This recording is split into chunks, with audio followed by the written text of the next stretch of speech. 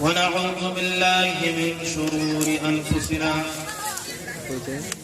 ومن سيئات أعمالنا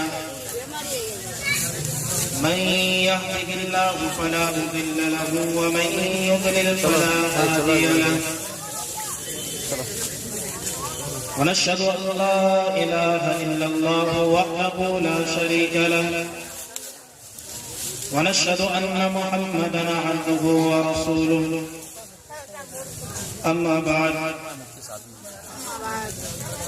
فقال الله تعالى في القرآن المجيد قل إن كنتم تحبون الله فاتبعوني يحببكم الله ويغفر لكم ذنوبكم والله غفور رحيم صدق الله العظيم. میرے محترم بزرگوں اور دوستوں، آج کے اس جلسے میں، آج کی اس محفل میں میں آپ لوگوں کے درمیان قرآن کریم سے جس آیت کی تلاوت کی ہے، جس میں اللہ رب العزت فرماتے ہیں کہ اگر کسی بندے کو اللہ تعالیٰ سے محبت چاہیے، اگر کوئی چاہے کہ اس کا رب اللہ تعالیٰ اس سے محبت کرے، تو پہلے اس بندے کو اللہ کے نبی سے محبت کرنی پڑے گی. تو اللہ سے اگر محبت چاہیے تو پہلے اللہ کے نبی سے محبت کرنی پڑے گی، اس کے بعد اللہ تعالیٰ سے اس کی محبت مل سکتی ہے. اور اللہ تعالیٰ فرماتے ہیں کہ جس بندے سے اللہ خود محبت کرنا شروع کر دے، اللہ تعالیٰ کے حکم سے تمام زمین و آسمان کے جتنے بھی مخلوقات اللہ کے بنائے ہوئے ہیں سب اس سے محبت کرنا شروع کر دیتے ہیں. اگر اللہ کسی بندے سے محبت کرنا شروع کر دے، اللہ کے حکم سے یہ آسمان و زمین بھی اس سے محبت کرنا شروع کر دے، اللہ کے حکم سے فرشتے بھی اس سے محبت کرنا شروع کریں گے، کیونکہ ان سب کو معلوم ہے کہ جس کو ہمارے بنانے والے خود اللہ محبت کرتے ہیں، اس سے ہم کیوں نہ محبت کرتے ہیں. اور اللہ تعالیٰ اسی کے بارے میں فرماتے ہیں کہ اگر کوئی چاہے کہ میں اس سے محبت کروں تو پہلے میری نبی سے محبت کرے، اور کس طرح سے محبت کرے اس کے بارے میں اللہ کے نبی کے زمانے کے بہت سارے ایسے صحابی جن کے ایسے ایسے واقعات موجود ہیں کہ جن کو اگر دیکھا جائے کہ یہ صحابی اللہ کے نبی سے کس طرح محبت کرتے تھے. تار ہلے گلے ہوتا کیا بھائی ماہک والا ہے کیا اور کچھ؟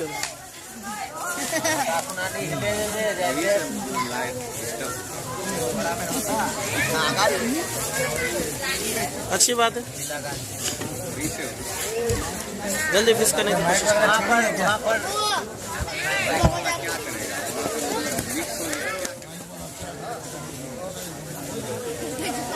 کہاں سے بجلی لی؟ بجلی جہاں سے ہے نا، مطلب تو میں بتانا یہ چاہتا تھا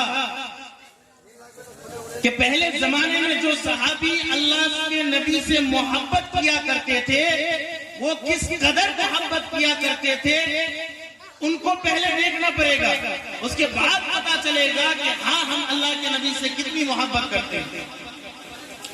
اور جس طرح اللہ کے نبی سے محبت کریں گے، اللہ تعالیٰ قرآن کریم میں فرماتا ہے هل جزاء الاحسان الا الاحسان. سادہ سا ترجمہ یہ ہوگا کہ احسان کا بدلہ احسان ہی ہوتا ہے. اگر اس قاعدے کو دیکھا جائے تو کسی سے نفرت کریں گے تو اس کے بدلے اس سے نفرت ملے گی، کسی کو قتل کریں گے وہ بھی آ کے قتل کرے گا، کسی سے محبت کریں گے وہ بھی آ کے محبت کرے گا. یعنی جو چیز دیا جائے گا اسی کو بعد میں پایا جاتا ہے، اسی طرح اللہ تعالیٰ فرماتے ہیں کہ اگر کسی کو مجھ سے محبت چاہیے تو پہلے میرے نبی سے محبت کرو، اس کے بعد تم میرے سے محبت پا سکتے ہو۔ اور اللہ کے نبی سے صحابی کس قدر محبت کیا کرتے تھے۔ صحابی کی زندگی کو اگر دیکھا جائے، جس کے بارے میں قرآن فرماتا ہے اولئک علی ھدی من ربہم واولئک ھم المفلحون، کہ صحابی اللہ کے ہدایت پر ہے اور یہ صحابی ہی ہے جو کامیاب ہے۔ تو جو ان صحابی کی اتباع کرے، جو ان کو دیکھے اور سیکھے کہ کس طرح اللہ کے نبی سے محبت کی جاتی ہے، تو اللہ کے نبی سے محبت کر سکتا ہے۔ اور جب صحابی کی محبت کے بارے میں بات آتی ہے تو ہم لوگوں کو ایسی بہت ساری کتابیں مل جائے گی جس میں ہم دیکھ سکیں گے کہ اس صحابی کے عشق رسول، اس صحابی کی داستان۔ لیکن میں آپ کو ایک ایسے صحابی کے بارے میں بتاتا چلوں جس کے بارے میں کہا جاتا ہے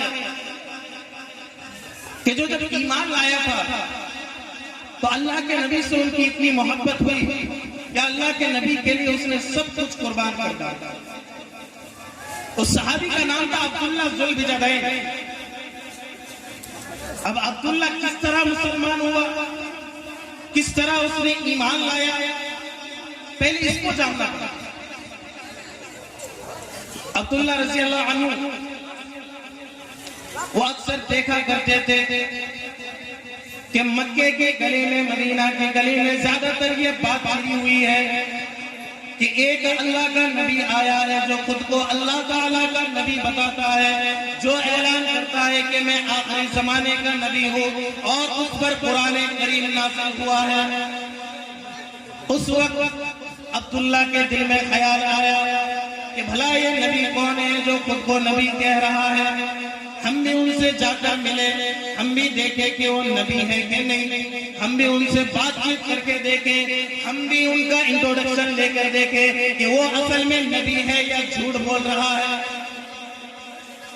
عبداللہ ذو البجدین جب ان سے ملاقات کرتے ہیں، سب سے پہلے جب اللہ کے نبی سے ملاقات ہوئی، اللہ کے نبی سے جب اس نے گفتگو کی، اللہ کے نبی کا جب اس نے چہرہ دیکھا، عبداللہ ذو البجدین کے منہ سے کلمہ اسی وقت نکل گیا۔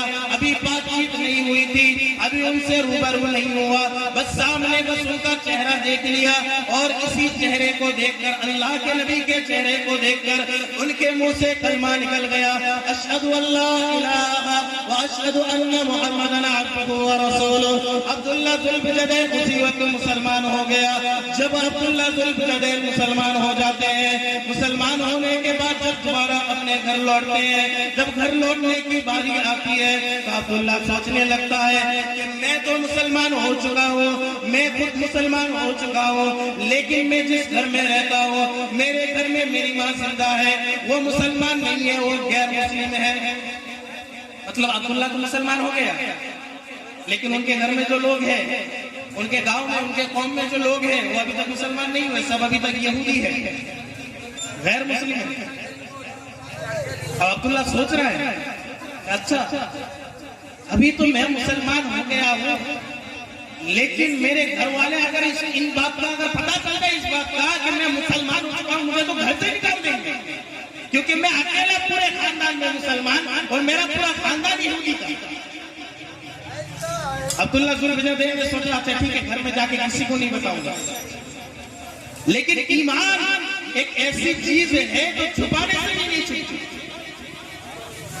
عبداللہ ذو البجدین اسی حالت میں گھر میں لوٹتے ہیں، اور گھر میں لوٹنے کے بعد ان کا رویہ چینج ہو جاتا ہے، ان کی بات چیت کرنے کی ادا چینج ہو جاتی ہے، ان کے لوگوں سے بات کرنے کے متفرق ہو جاتے ہیں۔ پہلے جس طرح بات کیا کرتا تھا، پہلے جس طرح فضول کام میں وقت ضائع کیا کرتا تھا، ابھی وہ سب کام کرنا بند کر دیا۔ دیکھتا کہ جس جگہ اللہ کے نبی کا ذکر ہو رہا ہے، جس جگہ مسلمان بیٹھ کر دو چار باتیں کیا کرتے تھے، جس جگہ یہودی بھی مسلمانوں کے بارے میں دو چار باتیں کیا کرتے تھے، عبداللہ اس جگہ پر جاتے اور جانے کے بعد کہنے لگتے کہ مجھے بھی سناؤ، مجھے بھی سننا ہے کہ تم کیا بتانا چاہتے ہو، مجھے بھی اس کے بارے میں جاننا ضروری ہے۔ اب ہر جگہ جب سننے لگا تو عبداللہ کا چچا عبداللہ اس کا باپ زندہ نہیں تھا لیکن اس کے چچا زندہ تھا. اب جب وہ زندہ ہے وہ تو یہودی ہے, وہ پوچھ رہے ہیں عبداللہ کیا تو مسلمان ہو گیا؟ عبداللہ بھتیجے کیا تو مسلمان ہو گیا ہے؟ کیونکہ تیرے چال جو پہلے جو تیری چال تھی وہ بدل گئی ہے. پہلے یہودی جیسا رہتا تھا, اب طور طریقے میرے مسلمان جیسا لگ رہا ہے. مجھے شک ہے کہ شاید تو مسلمان ہو چکا ہے. لیکن مسلمانوں کا ایک قاعدہ ہے کہ مسلمان کبھی جھوٹا نہیں ہو سکتا. اللہ کے نبی فرماتے ہیں مسلمان کتنا بڑا گنہگار ہو جائے, کتنا بڑا دھوکے باز ہو جائے, لیکن کبھی جھوٹا نہیں ہو سکتا. مسلمان چاہے تو شرابی ہو سکتا ہے, چور ہو سکتا ہے, جھوٹا دھوکے باز نہیں ہو سکتا. مسلمان کی یہ فطرت ہے. اب عبداللہ بھی مسلمان ہو گیا تھا, اب وہ بھی سوچ رہے ہیں کہ میں جھوٹ کیسے بولا جائے چچا کے ساتھ. عبداللہ کہتا ہے کہ ہاں چچا میں مسلمان ہو چکا ہوں, میں نے ایمان کو قبول کیا ہے, میں اللہ پر ایمان لایا ہوں اور اللہ کے نبی جناب محمد رسول اللہ صلی اللہ علیہ وسلم کو میں نبی مانتا ہوں اور ان سے مجھے محبت بھی. اس بات کو سن کر عبداللہ کے چچا کہنے لگتے ہیں کہ تو جب تک یہودی تھا, تو جب تک مسلمانوں کے خلاف تھا, تب تک تیرے لیے اس گھر میں جگہ تھی, تب تک میں تجھے اس گھر میں رکھنا گوارا کرتا. لیکن اب جب تو مسلمان ہو چکا ہے اب تیرے لیے اس گھر میں کوئی جگہ نہیں, اب تجھے اس گھر میں رہنے کی ضرورت نہیں, اب تجھے یہاں پہ رہنے کی مہلت نہ ملے گی. عبداللہ نے کہا کہ ٹھیک ہے چچا, پہلے مجھے سوچنے کا موقع دے کہ بھلا مجھے مسلمان ہو کر کیوں جانا پڑا. چچا نے کہا کہ تجھے سوچنے کی بھی ضرورت نہیں, ہم یہودی ہیں, ہمارے باپ دادا یہودی تھے. اگر تجھے مسلمان رہنا ہے تو ہمارے گھر سے نکلنا پڑے گا, اور اگر گھر میں رہنا ہے تو دوبارہ تجھے مسلمان سے کافر ہونا پڑے گا. شرط رکھ سکتے.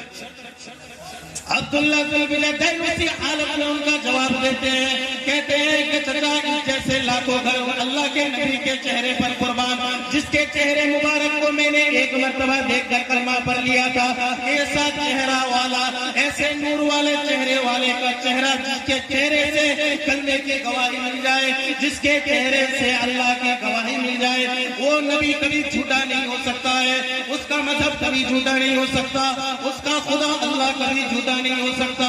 اگر آپ کو مجھ سے یہ گھر چھیننا ہے, اگر آپ کو مجھے اس گھر سے نکالنا ہے تو اس جیسے لاکھوں کروڑوں گھر قربان, اگر آپ مجھے نکالنا چاہتے ہیں تو نکال دیں. لیکن یہ عبداللہ کے دل میں مسلمان ہونے کے بعد اللہ کے نبی کے لیے جو محبت پیدا ہو چکی ہے وہ محبت ختم ہونے والی نہیں. وہ محبت جس قدر تھی اسی طرح رہے گی. وہ محبت بڑھ تو سکتی ہے لیکن ختم نہیں ہو سکتی ہے. اگر مجھے آپ گھر سے نکالنا چاہتے ہیں تو نکال دیجئے, میں خوشی آپ کا بھتیجا گھر چھوڑ کے چلا جاؤں گا. اس زمانے میں کرتا کوئی, وہ گھر جا رہا ہے, مسلمان رہیں گے, لاکھ 1.5 لاکھ روپیہ نقصان ہو جائے گا, اس زمانے میں کوئی کرتا. عبداللہ کے جواب کہہ رہے ہیں اچھا ٹھیک ہے گھر سے نکل جا. اب جب گھر سے نکل رہے ہیں چچا نے کہا رک, حساب کتاب باقی ہے. اب کہہ رہے ہیں کہ اچھا ٹھیک ہے مجھے تو گھر سے نکال ہی رہے ہو, اب کون سا حساب کتاب باقی رہ گیا. اب اس کا چچا کہتا ہے کہ تو نے جو یہ کپڑا پہن کے رکھا ہے یہ میری کمائی کے پیسے کے, یہ کپڑا بھی مجھے واپس کر, یا تو دوبارہ کافر ہو یا تو مسلمان بننا ہے تو یہ کپڑا بھی واپس کر. عبداللہ کے چچا سوچ رہے تھے کہ شاید اس بات سے شاید یہ دوبارہ کافر ہو جائے گا. عبداللہ ذوالفضلین کہتے ہیں کہ اچھا ٹھیک ہے کہ اگر یہ شرط مجھے رکھنی ہے تو ٹھیک ہے, میں یہ کپڑا بھی کھولنے کے لیے تیار ہوں. عبداللہ ذوالفضلین اسی حالت میں ننگے ہو گئے, کپڑا بھی چچے کو دے دیا. اچھا چچے کو کپڑا دینے کے بعد اب اپنے ماں کے پاس جاتے ہیں اور جانے کے بعد اپنے ماں کا دروازہ کھٹکھٹاتے ہیں. دوسرے کمرے میں ان کی ماں رہتی تھی. جب ان کا دروازہ کھٹکھٹاتے ہیں, ان کی ماں نے جب دروازہ کھولی, کواڑ کھولا تو دیکھا کہ سامنے ننگا بیٹا کھڑا ہوا ہے. اس کی ماں کو آنکھوں میں پردہ آیا. ان کی ماں آنکھ میں ہاتھ دے کر پوچھنے لگی کہ یہ میرے بیٹے کیا تجھے اتنا بھی ادب نہیں کیا, اپنے ماں کے سامنے ننگے حالت میں آ رہا ہے.